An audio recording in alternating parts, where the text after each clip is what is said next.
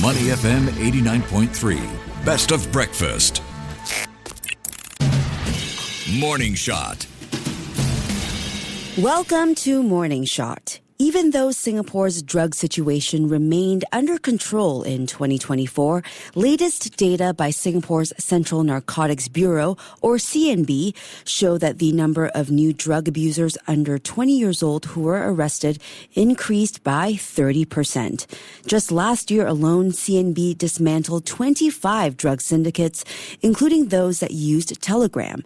Methamphetamine, heroin, and cannabis were the most commonly abused drugs, with an increasing number of new abusers arrested for cannabis below 30 years old, suggesting a growing trend of permissiveness towards cannabis among youths in Singapore. For more insights on all of this, we're joined by B Viknesan, Council Member of the National Council Against Drug Abuse.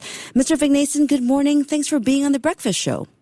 Good morning, Audrey. It's a pleasure to be here today morning. Yeah, great to have you on to talk to us about this pressing issue. So let's start with the big picture. How concerning is this rise in young drug abusers under 20? And what do you think are the main reasons or causes behind this?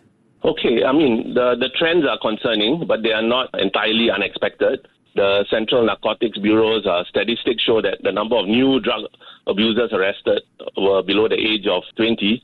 And this increased by 30% in 2024. But these findings align with the survey done by NACADA, the National Council Against Drug Abuse, conducted in 2023. So that National Drug Perception Survey revealed more permissive attitudes towards drugs among youth. And these figures sort of reinforce the urgency of strengthening our efforts to do more preventative drug education, more outreach, and particularly in countering a lot of misconceptions about drugs, especially cannabis, that it is harmless. So what are some of the biggest challenges in tackling, the causes that you just shared, the growing permissiveness and the misconceptions? I think some of the challenges is, our youth, especially, they have, very different attitudes towards how they see drugs.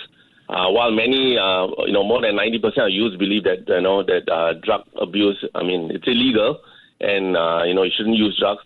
There are also a lot of other risk factors here, the youth at risk. And many youth, as you mentioned earlier, there are many reasons why, the youth think that, it's okay to use drugs. It's not a problem. There's a lot of misinformation on the internet, on social media. And, the youth also, sometimes, they also feel that, I see my famous, sports star, or I see my famous TV star using drugs. And, sometimes, social media may amplify things and, make drugs or even cannabis look cool. So there are various reasons also why a lot of our youth also, may go into using drugs. Yeah. And, some of them are curious about it. Some of them use drugs to, as a form of experimentation. And there are also others who, especially our youth, have a lot of stress. They are, nowadays, modern day stress, it's quite heavy compared to previous generations. So, out of curiosity, personal struggles, stress, anxiety, even family issues that are going on at home. Sometimes things are not sorted out, or even family members who may be using substances or alcohol, who have a gambling problem and family violence. All these can contribute to issues, and sometimes youth may use drugs as a way, as a dysfunctional way to cope with things. Yeah, so there's so many different layers that you just peeled back there. There's social media, there's also personal issues. But I want to focus on this growing acceptance or permissiveness towards cannabis particularly. How can we address this shift in mindset and attitude then? I think what we can do is, especially is talk to, especially with our youth. They're still young, their brain is still developing. They're going to be impulsive at times. And I think we can talk to them about, some of the misinformation that's online. There's quite a lot of misinformation about drugs and especially cannabis online. And some of this misinformation, makes it sound like cannabis is a soft drug. It won't cause problems.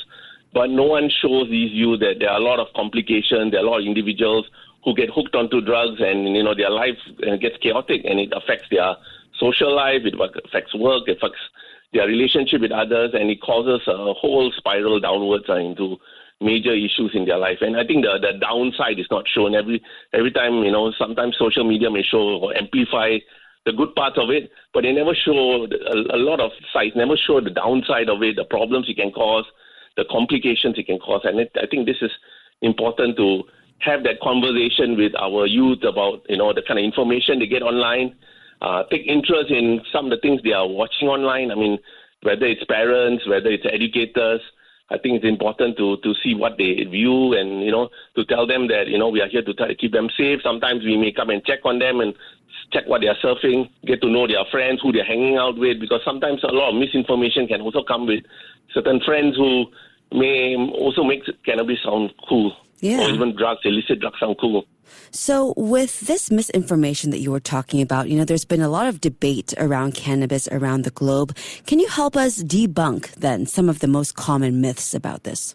I mean, there are a lot of myths about cannabis. I mean, cannabis has two components. One is called CBD, the part of it that's used for medical purposes. And the other one is called THC, tetrahydrocannabinol. And that is, causes the high, causes complications, potential for addictions. And a lot of times, I guess social media shows you the good parts of it, how cool it is. It's not going to cause problems. People, even socially use it. But then the problem is, that, cannabis can cause a lot of problems. It can cause problems cognitively, physically. It can mess up your whole system. I mean, our body has a lot of neurotransmitters. Besides water in our body, there are also other chemicals that control mood, appetite, control our thinking patterns, our memory, movement. And all these can be distorted by the use of cannabis. It can slow down your reaction time. It can impair some of your cognitive functioning, your responses to your environment, especially if you are driving or, you're operating any kind of machinery. You can slow down that reaction time, and that can be a danger. Your thinking patterns can get very distorted. And some individuals who use cannabis, it can also affect your appetite. It can cause what's called the munchies, and you feel like you can, really eat a lot. And it can cause weight gain and other major issues. So cannabis can cause a whole set of problems. I mean, I can give you an encyclopedia full of issues that it can cause. And the other thing also, those with potential to have mental health issues, it can make it worse, anxiety, depression, that can get worse. It can also cause, for some people, hallucinations. They see things that are not there, smell. And so it can also trigger off individuals who may have a pre-existing mental health condition or psychiatric condition, or those who may not have it yet, but it can cause complications to lead towards some developing psychiatric conditions. And if they especially have family members who have addiction problems or family members who have mental health problems, there's also the genetic risk as well. And this can be worrying, especially if they use this. It can cause problems. Yeah, down the line. What a list of side effects that you just named. And yeah, there's definitely more to this than meets the eye. And we know that schools play a huge role in drug prevention, but the home environment is just as crucial, which is what the figures kind of highlight. So what are some early warning signs for us parents to look out for to identify if our children are at risk of this? I mean, the early warning signs that I think parents should look out for is, their kids, there's a change in mood, they become irritable, or sometimes they are cooped up in their room, and they're not coming out. We have that old saying, do you know where your kids are? And this is the old American saying. And, sometimes your kids can be just under your nose in your home. And, they may access online, they could order drugs, they could be talking to people who could promote the use of drugs, and this is a bit concerning. So I think parents can, check on your kids, tell your, have that conversation with your kids that, once in a while there's a newspaper article of some kid getting into trouble with drugs or someone getting into trouble with drugs. You can just talk about it to your kids, and you want to do this at a very early stage, especially when they're preteens. Yeah, you want to bring up this conversation in a casual setting. It could be outside with while you're having a casual lunch or dinner, or sometimes in the car and if you're driving, and you can have just that subtle conversation. So you want to bring up this conversation on a regular basis, and also find out where they get their information from, and also have that open communication with your kids. And this should be done at a very early stage to tell them that as parents, I want to keep you safe. I love you. I want to keep you safe. Sometimes I will check on you. I want to also kind of find out who their friends are, who they're hanging out with. And I think these are important things. So if you see a shift in their mood, if you see that they're isolated, if you see that they are not engaging in their old hobbies that they used to engage, or you see that they don't seem to go out with the family, and there's sudden change in their attitude, their perception about things that they used to have interest in, or even activities they used to have interest in, and also spending time with their friends. These are concerning issues. I'm not saying that definitely means that they are using drugs or they are getting into some form of alcohol, but it's a sign that something's not right. And I think as parents, we need to take interest and be a bit more perceptive in looking at these signs. Yeah, so we're usually the first line of defense for our kids as parents, right? But many struggle with how to talk to them about drugs. So you gave some great advice on how we can approach, these difficult but important conversations. Is there anything else that we should look at to try to, bring it up to them in a casual but yet not too casual way? Do you know what I mean?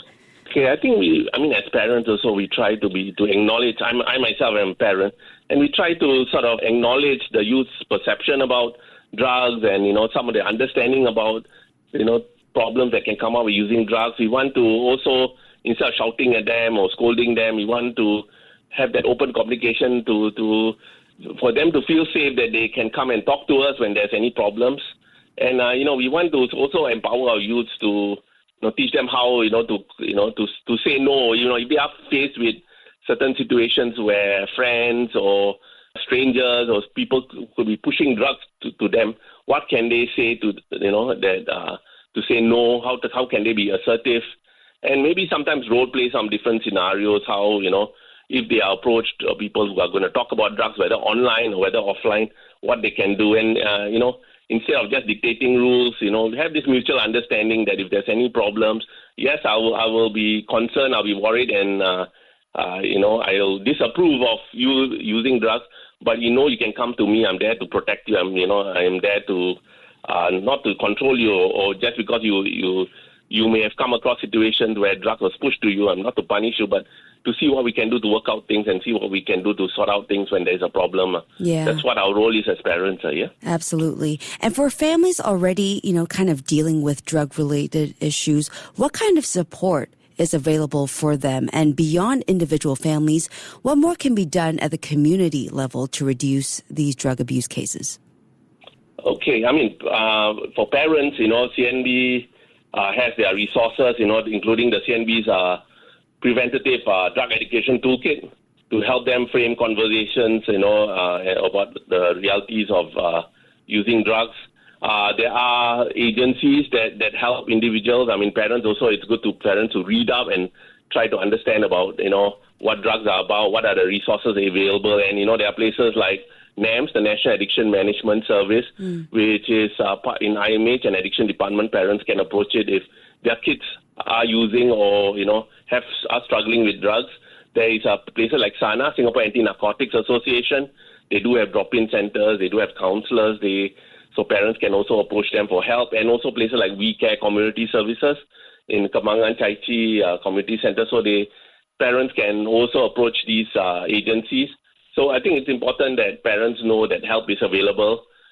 Parents also do their own research to go online to find out resources and how to encourage their kids to come for treatment if they have a problem, or how to engage the family service centers around if they feel uncomfortable going to a hospital setting. How about other agencies in the community like family service centers they can approach, or social workers, counselors, or other helping professionals they can approach who can assist them and assist their kids. I think we want to do all we can to help our kids, and we want to intervene early, not let the problem get worse and more complicated before we get them to seek help. So I think that's important. So there are places to turn to for help, and prevention starts at home and in the community with open conversations, awareness, and the right support. Thanks so much for joining us this morning, Mr. Viknesan. We really appreciate your time and your insights. No problem. My pleasure. Thank you. We've been speaking with B Viknesan, Council Member of the National Council Against Drug Abuse. Stay right here with us on Money FM 89.3. To listen to more great interviews, download our podcasts at audio.sg or download the audio app. That's AWEDIO, audio at the App Store and Google Play.